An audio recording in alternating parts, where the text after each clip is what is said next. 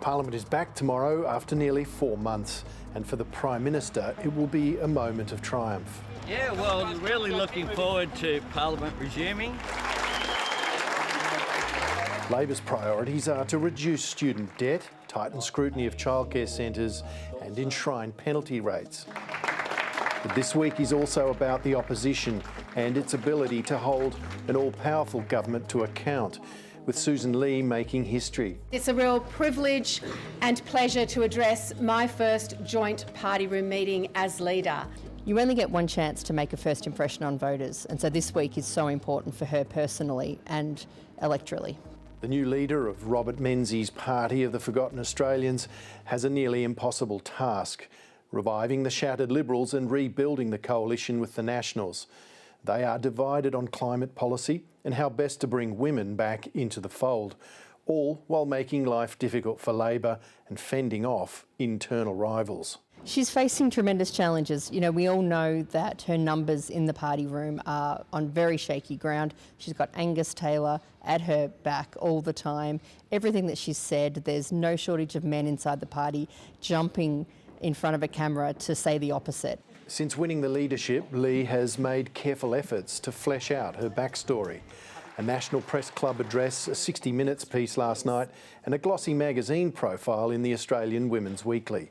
Whether it was my time working in an office, on the land or in the air, I have lived the reality that many Australians live every day. I have juggled work, caring and parenting, worried about not being able to pay the bills, relied on neighbours, been unsure of what the next year might bring. And that matters. Fiona Scott is one of Lee's most vocal supporters. Well, there is a big task ahead for the Liberal Party. I mean, Susan's been very clear. We got smashed at the last election. The message I take from the last election was that the Australian public were wanting to see us be different. They wanted to see us be better. Feeling confident today? Lee has offered a perspective that some Liberals have called anti-victim feminism. I think that's why we see with Susan Lee these anecdotes about working as a pilot, working in shearing sheds, camping by herself, waving a rifle at a lone man who stumbles on her campsite, you know, potentially threatening. She's very clear that she does not see herself as a victim. And she's opened a debate on Liberal Party quotas for women. Our party must pre-select more women in winnable seats so that we see more Liberal women in federal parliament.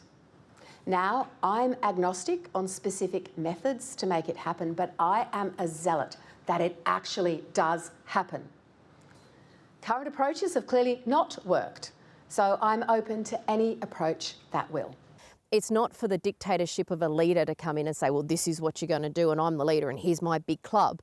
That's why Susan's approach is the right approach for a Liberal Party that really does respect the democracy of our state divisions. I think the Liberal Party is going to be very slow to come to the table. Leaders have tried and failed in the past, at the state level as well as at the federal level. So good luck to Susan Lee, but she's up against it. Tomorrow will be all about the pomp and ceremony of the 48th Parliament. But the political battle resumes in earnest on Wednesday with the return of Question Time. The coalition enters the contest with a primary vote of just 29%, the worst in news polls 4 decades. Turning that around will be Lee's first big test. Susan Lee has the toughest job in politics right now. I would not want to be her. Lee is not the only leader under pressure in the new parliament. The Greens, chastened by losing Adam Bant, face their own rethink under Larissa Waters, including the degree to which they work with the government to pass legislation. I wasn't that happy with the PM telling the Senate and the Greens to get out of the way shortly after the election. Like, we haven't been put into the Australian Parliament to get out of the Prime Minister's way. We've been put in there to hold him to account. The new parliament will be visibly changed by an influx of women almost exclusively in Labor's ranks. But the most prominent woman in the chamber will be the opposition leader. This is a Labor government that is used to dealing with Peter Dutton, and they can be quite forthright. They can be muscular, dealing with another man in a way that they can't be with Susan Lee. So it's a challenge for Labor, I think, that we haven't really talked about too much. How do they negotiate kind of robust Labor style of politics against a woman? And they haven't had to do that before. They're in uncharted territories. Look, Susan is certainly tough. She's endured in Parliament for a very, very long time. You know, a woman that can endure the blokes in a shearing shed certainly has the toughness to endure anything the Labor Party throws at her in the Parliament. The Prime Minister Anthony Albanese joined me earlier. Prime Minister, welcome to 7:30. Good to be back in Canberra. Well, and you're back with a huge majority. You've got a once-in-a-lifetime opportunity to actually change Australia. We're currently watching the UK government squander the majority that they had.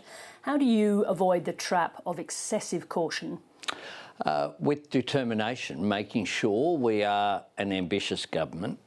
On July 1, before Parliament even sat, we, of course, increased the minimum wage and award wages. We increased paid parental leave by 2 weeks. We introduced superannuation for the first time ever on paid parental leave. We introduced the rebate, the support for energy batteries. 9,200 Australian households have benefited from that already, permanently reducing their power bills on top of the energy bill relief.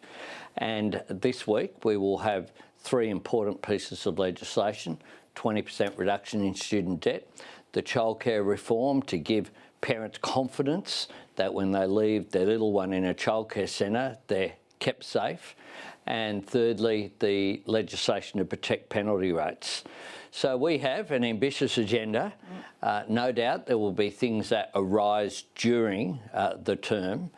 But in order to have those medium and longer term objectives, you need to make sure you're looking after people's living standards and making sure you're making those immediate changes to make people's lives better. Let me talk to you about more about being Prime Minister, particularly this trip that you've just done to China. You've called your lunch with Xi Jinping in an interview on the way back. You called it very personal. Can you describe what you mean by that? That we had a personal discussion over more than an hour. What did you mean by personal, though? I know how long it lasted. Well, that we raised a whole range of issues. Because it was personal, I'm not going to go into the detail, but it wasn't so much discussing the affairs of state that we did in our formal bilateral meeting as President of China and Prime Minister of Australia. It was more talking about personal issues, our history, What did you our learn backgrounds. about? What did you learn about his history and background? I learnt a fair bit, but again, they're personal. He's, I think, quite a private person, and it's important that you're able to have those conversations. But in order to understand where people are coming from, you've got to know their background, and you've got to know some of their views about personal things. And I feel as though we got to know each other much more. You said that they were jokes. What were the jokes about? The jokes were about all sorts of things, but once again, I'm going to keep that private. But he had showed a real sense of humour, and it was a very warm conversation that we had. He, of course, has visited all 6 states and territories in Australia. So he knows most Australians have not done that. He knows what he's talking about. Just in talking about where he comes from and his background, I'm sure you know his father's last role in the Communist Party. His task was to oversee the reunification of Taiwan. Did you talk about that? No, it was... Taiwan wasn't mentioned? No, we were talking not so much about heavy policy issues. But that's about his father, very important to him. Oh, it is no doubt important to him, and he has expressed a clear view about Taiwan, and Australia has a clear view as well. We support the status quo when it comes to the Taiwan Straits. You described this exchange that you're saying is a bit unusual. You spent time together. You've had these personal exchanges. You described it as the exchange as a moment of trust. What do you think that trust is worth? Well, what it's worth is not coming on the program and talking about the personal issues. For example, that shows a level of engagement there, and building personal relations. It's no different from building personal relations around this building or at a Labor Party conference, engaging internationally. Let me just come in there, because there is a difference between building relationships in this building and building relationships with the President of China.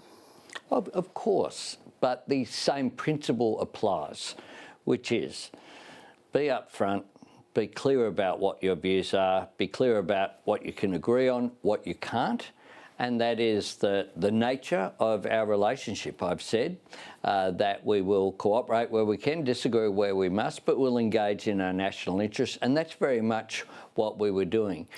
Can I just come back to that question of trust, because I do think it's an unusual word that you've used, and I want to know what you think that word means, apart from having a slightly advanced, developed relationship with him. Would he, for example, take a phone call from you in the event of a crisis blowing up over Taiwan to discourage him from invading or blockading Taiwan? Well, look, that's a hypothetical, which I'm not going to go into. But I have said before that anything that he has said to me has been fulfilled.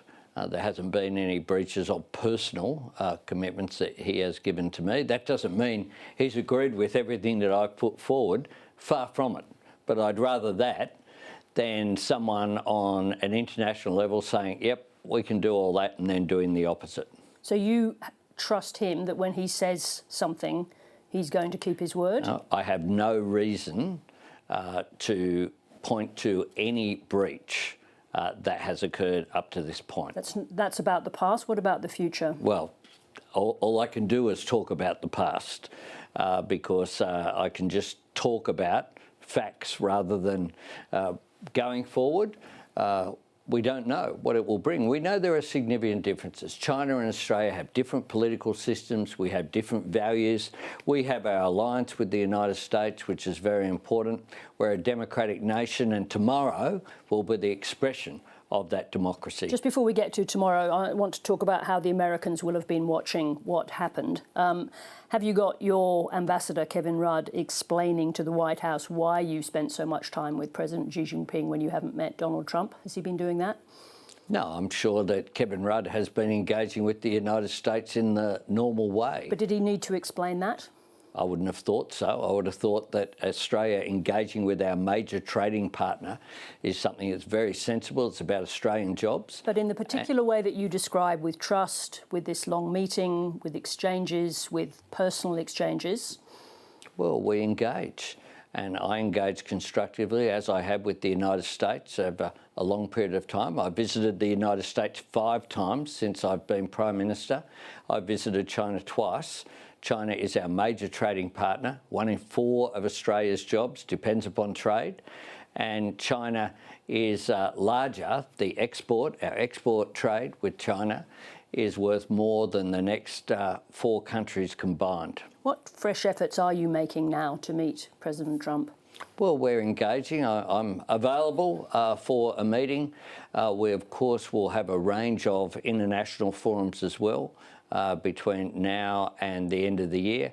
APEC, the G20, the Quad Leaders meeting, as well as the UN meeting being held in September. Are you hearing any concerns from the White House or the Pentagon that President Xi is using your visit as a way to sow discord amongst the allies? No.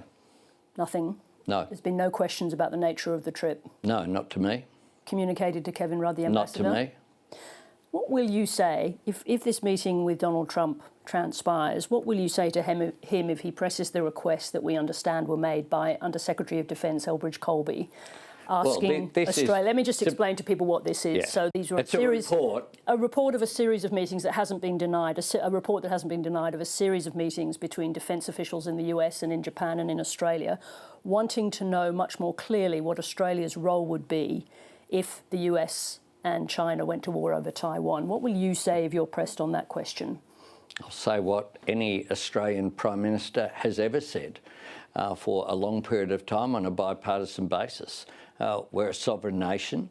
We make decisions depending upon the circumstances of the day, and it's up to the government of the day will make those decisions. But given the nature of AUKUS and the fact that we're going to be, technically, we're supposed to be receiving Virginia-class submarines, do you think that it's a fair question by Elbridge Colby to Australia to be clearer about what it would do in the event of a conflict between the US and Taiwan? Well, he hasn't made that suggestion to me. But he's made it to your officials? Well, has he? There's been reports. There's been reports, and there's a range of reports. And one of the things that we're not going to do is to jump at the different reports about issues in the United States on a daily basis. We're not going to do that. What we do is respond in a principled way as to what our position is. And of course, the United States has had a long-term position about strategic ambiguity when it comes to Taiwan. And that's a position which Australia has held as well. We've said that we support the status quo. Let's move on to domestic matters. You say you want universal childcare to be your legacy. How much responsibility does the government bear for the current crisis, given that the government has pushed the sector to grow very quickly ahead of putting proper standards in place and being sure that those standards were being policed? Do you bear some responsibility? Governments have not done well enough across the board. Simple as that. Something that Jason Clare, our minister, I heard say on this very program. And you, what's your view about the degree to which you stood by while a sector grew, in a sense, grew out of control without proper standards? Well, we need to do better. We need to do better, which is why this week we'll be introducing important legislation allowing the Commonwealth to use the power that we do have, which is essentially funding power, as well as using increased access to make sure that the Commonwealth can play a role there. Now, do you share the view, do you have a concern that there is too large a role being played by private companies, by private equity and private companies in furnishing childcare in Australia, given that 95% of all new centres opening now are privately owned? Well, quite clearly, we do have a problem that needs to be addressed. Now, overwhelmingly, childcare centres are good in the way that they function, and we shouldn't tar the whole sector with what has been serious issues. I mean, it would cause enormous distress, and I understand that as a parent who's had a child in childcare, the idea that they've been subject to this abuse. Are you worried that this could mar? Horrifying. You're talking about it in terms of your legacy. Obviously, it's something that's very important to you politically. You know what I'm worried about? That this crisis about mars children. Your legacy. No, yes. I'm concerned about children. I'm not concerned about legacy. I'm concerned about safety of kids. Let's talk about South Australia. Your Environment Minister, Murray Watt, has gone to South Australia to take a look at the algal bloom. Why did it take so long for the minister to get there? Well, South Australian, we have a range of ministers who've been on the ground there. I saw reports of Mark Butler and others. This is primarily been in state waters, but we have received a request from the South Australian government. We've committed $14 million of funding today. That's for science and research. It's also for clean-up. It's also for potential mitigation issues as well going forward. Has that money, particularly in terms of the science, has that money come too late? No, it's come probably. This is an ecological event that has occurred due to the advice and report that we've had, and we've had discussions, and I've been briefed on it today, is that a range of circumstances have led to this event. Perhaps the increased flooding that occurred, and then a whole lot of nutrients going in the water, the fact that the temperature of the water is far higher than what could be expected, to the tune of more than 2 degrees. So you have this event that has occurred. Events do occur in our environment. What is important is that there be a response. We're responding, giving support to the South Australian government. Just briefly on this, Matt Comyn in his submission ahead of the roundtable makes the obvious point that Australian taxation revenue needs to rise. But at the same time, you remain opposed to changes to the GST, even including for measures like private health and private education. Just briefly, are you afraid of being labelled anti-aspiration, and that's why you won't touch those things? No, not at all. I am pro-aspiration, very clearly. I don't hide from that. My mantra is... But it won't allow you to consider a change to the GST base to private health and private education? What it won't allow me to do is to go to an election and secure a majority, because our government concentrated on cost of living measures in our first term. The Coalition opposed all of them. The Greens opposed most of them in the no-alition that was there. And immediately we get elected and we say, we're going to put up the price of everything that you buy. That is not something that's tenable. that's something which would have represented a real breach of trust upon which we were elected on May the 3rd.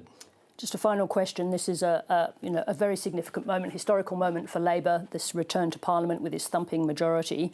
At the same time, you've had to consider what to do with Mark Latham's portrait that's hanging here in the Parliament. I understand some language is going to be attached to that portrait. Did you approve the language describing who Mark Latham is and what he now represents for Labor? Well, caucus approved it, and caucus approved it this afternoon. It's language that points out that Mark Latham was expelled from the Labor Party in 2017, never to be allowed to return because his views don't represent the values that the Labor Party holds. Did you want to take the picture down yourself? I didn't want Mark Latham to be the leader of the Labor Party and was very clear about that at the time. And when you see his picture there now? Well, it's a historical fact. It's a bit like statues and a range of things. History is there. The way to deal with that is to point out the changes that have occurred. Mark Latham has views which I find repulsive across a range of areas.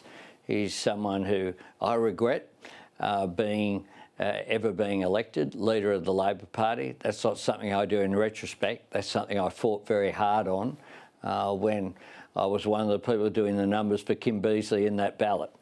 And so I think that history has proven that judgment to be correct. Mark Latham since, though, has certainly, under any circumstances, has gone further and further and further away from any values that represent mainstream Australia. Prime Minister, thank you for joining us today, particularly today. Thank you very much. Thanks very much, Sarah. Thank you.